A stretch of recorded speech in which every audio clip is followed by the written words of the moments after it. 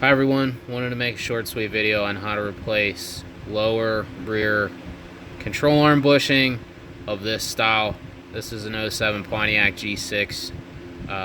This should work on any GM vehicle with this style lower rear control arm bushing.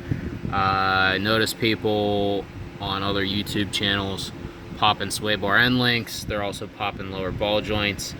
I did that my first go around on the other side, and that lower ball joint really gave me some trouble getting it out and getting it back in. It had to be at a certain angle, otherwise it didn't want to go. So this side, I popped two 18mm bolts and nuts here. There's one 18mm bolt there for the other end of that control arm. Pop tie rod end. I think this is like I want to say it's 13, but maybe it's an 18. Nope, it's an 18. So that's an 18 too.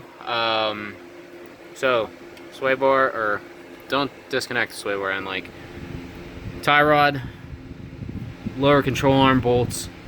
Give it a nice little tug here. Do not pull it out of the transmission.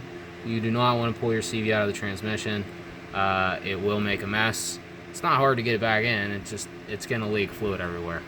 And that's all you got to do. Get the guy back on there. I think there's a 13mm nut that holds that on. And you're just going to kind of get it back up in here. Slide it back in. You might have to finagle with it a little bit.